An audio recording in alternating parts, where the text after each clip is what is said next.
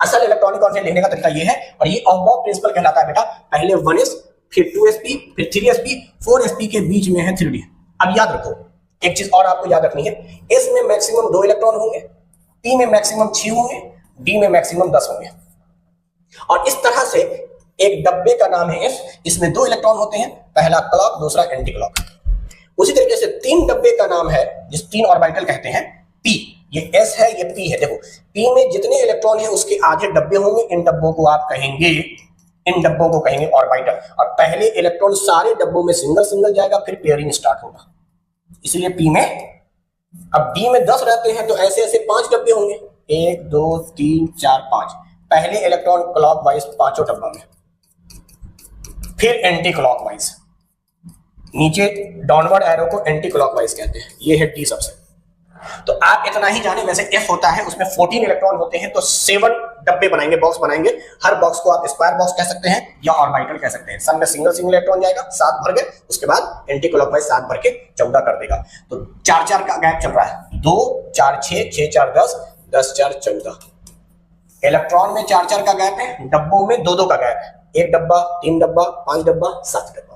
ये तो ऐसे ही मैंने बता दिया। तो अब बताओ s है तो 2 इलेक्ट्रॉन, फिर s है तो 2, p है तो 6, s है तो 2, p है तो 6, s है 2। देखो 2 2 4 6 4 10 2 12 6 18 2 20 और 4 24। तो यहां तक तो बात समझ में आ गई। अब देखो क्रोमियम में होता है एक्सेप्शन। एक्सेप्शन ये है कि 4s का एक इलेक्ट्रॉन शिफ्ट कर जाता है 3d में।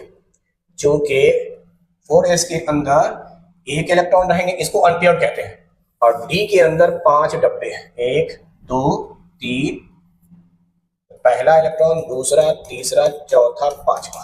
अगर ये यहां से शिफ्ट होके नहीं जाता, शिफ्ट होने से पहले की कहानी समझो। जब हमने लिखा था 4s2 और 3d4,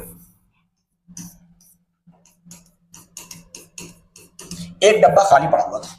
ये है आपका 3d और ये है 4s।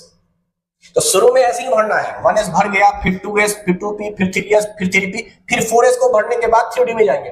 4s भरने का मतलब पहला क्लॉक दूसरा एंटी क्लॉक अब जाएगा। तो शुरू में कंडीशन आपने ये पढ़ी है जो मैंने लिखी थी। तो इस पर आपको 4 ही अनपेयर्ड इलेक्ट्रॉन दिखेंगे क्रोमियम के अंदर इस कॉन्फ़िगरेशन से। लेकिन एक इलेक्ट्रॉन यहां से शिफ्ट होकर यहां आता है ताकि ये बन जाए हाफ फील्ड और ये भी बन जाए हाफ फील्ड। हाफ फील्ड कहते हैं जितना मैक्सिमम इलेक्ट्रॉन रह सकता है उससे ठीक आधा रहे, और हाफ फील्ड ऑर्बिटल स्टेबल होते हैं बेटा। तो ये स्टेबिलिटी गेन करने के लिए ऐसा करता है। हाई क्लास में पढ़ना है 11th में एक्सचेंज एनर्जी का कॉन्सेप्ट, सिमेट्रिक ऑर्बिटल का कॉन्सेप्ट। चलो आप उतना मत जानो, आप सिर्फ जानो कि एक इलेक्ट्रॉन को हम आउटर 4s से अंदर 3d में ट्रांसफर